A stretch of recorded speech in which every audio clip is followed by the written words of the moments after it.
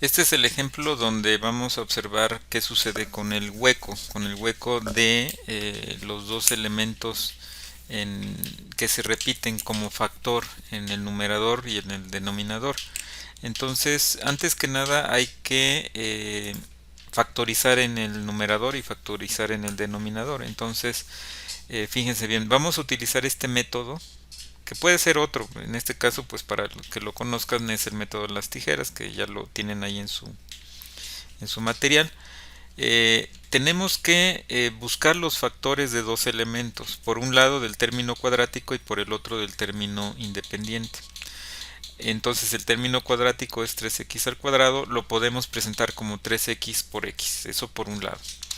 Y por el otro, las opciones que existan del término independiente, de la factorización, es decir, menos 4 por 1, esa es una opción, menos 2 por 2, esa es otra opción, y la variación en signos. Ahorita vamos a ver cómo es que debemos acomodarlo. Si hay que decir que este método pues es un tanto de prueba y error. Hay que acomodarlo. Entonces fíjense, los vamos a acomodar de esta manera. Primero, los factores de 3x cuadrado, como es 3x por x, lo podemos acomodar así. Ya sea 3x arriba y x abajo o viceversa, ¿no? Por un lado. Y por el otro tenemos que acomodarlo en otra columna, el menos 4 y el 1, que se podría ser, o podría ser el menos 2 y 2, pero en este caso vamos a probar con esos valores. ¿Qué tenemos que hacer ya que los acomodamos ahí en la columna?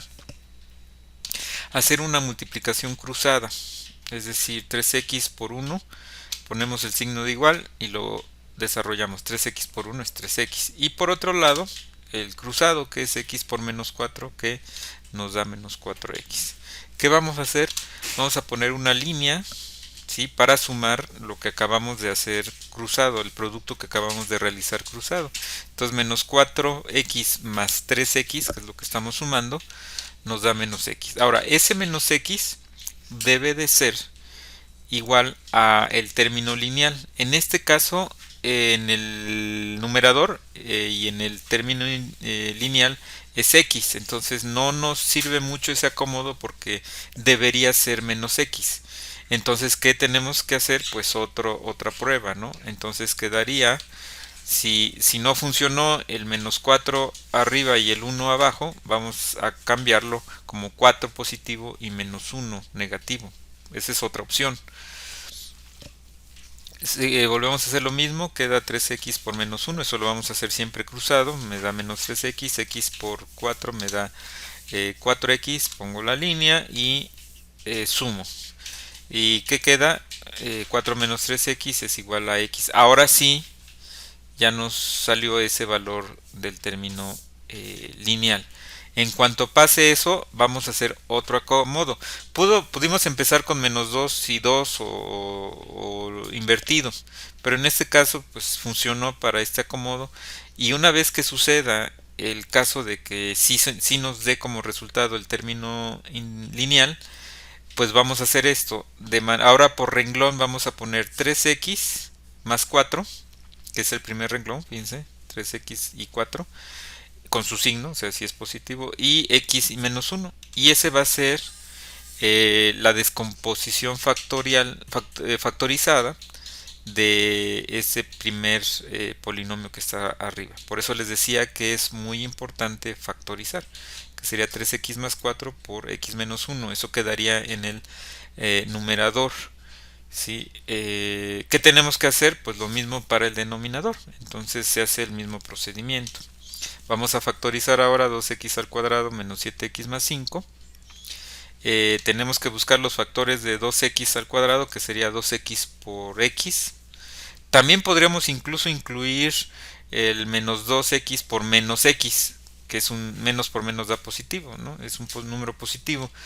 Pero en este caso pues no tiene mucho sentido. Vamos a buscar los factores de 5, que sería 5 y 1. Y aquí también, fíjense, vamos a usar el de menos 5 por menos 1. Entonces vamos a hacer lo que corresponde. Entonces dijimos que íbamos a acomodar en la primera columna los factores de 2x cuadrada, que sería 2x y x abajo. Y del otro lado íbamos a poner los factores de 5, que es 5 y 1, ¿no? Lo hacemos cruzados, 2x por 1 me da 2x y x por 5 me da 5x, lo sumamos y me da 7x.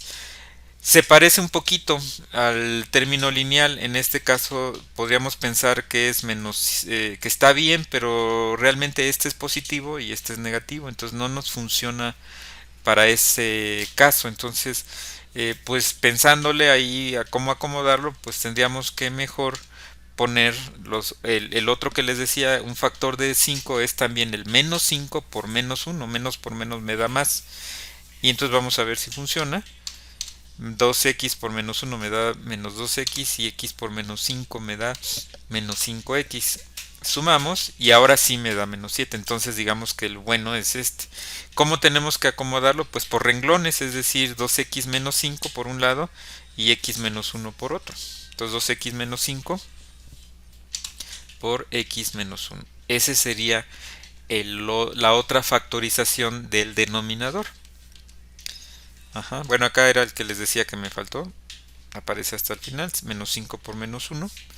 Y bueno, ya tenemos nuestra función original y la podemos descomponer como 3x por x menos 1. Y en el denominador dijimos que era 2x menos 5 por x menos 1. Entonces, en este caso, observamos, porque a veces sucede, otras veces no.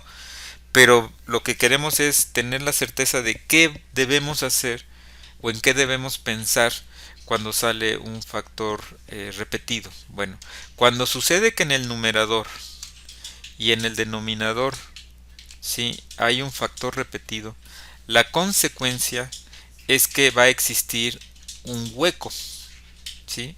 Un hueco. No es lo mismo una asíntota que un hueco, como su nombre lo dice, ahí va a haber un vacío de valor.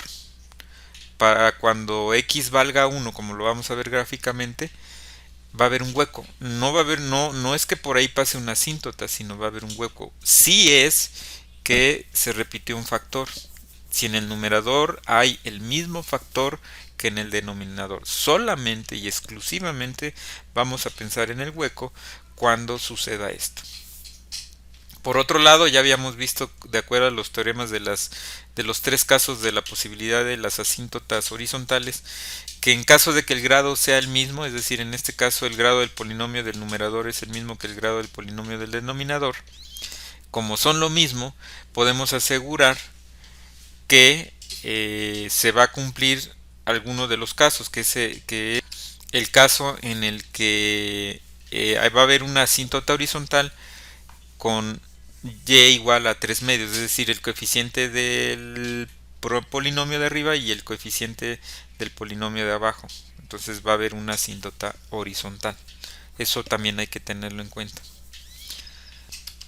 Una vez que ya, digamos, nos apoyamos con GeoGebra para ver la gráfica, pues hay que tomar los elementos que están ahí. Por un lado, ahí va a haber una asíntota que está en 2.5, es decir, cuando x valga 2.5 va a haber una indefinición. Eso, bueno, es un poco lo que ya se ha visto anteriormente. Lo que nos interesa observar es qué pasa con los huecos. Por otro lado, decíamos que la asíntota horizontal tiene de valor 3 medios, eso ya está. Pero lo que sí nos vamos a enfocar es que cuando x es igual a 1, es decir, despejamos del factor x menos 1 igual a 0, despejamos x, nos queda x igual a 1. Si nosotros evaluamos en ese punto, vamos a observar que queda 0 entre 0. El 0 del numerador no crea tanto problema, el 0 del denominador sí, porque esa es una indefinición.